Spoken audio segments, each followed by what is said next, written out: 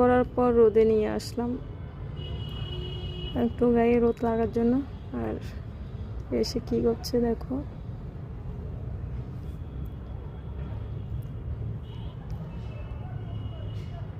খেলছে ধুলাবালিতে। আবার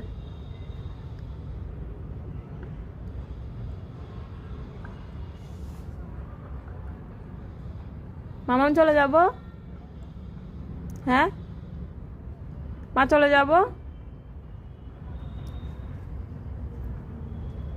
দেখি কি কি নিয়েছো, এদিকে এসো।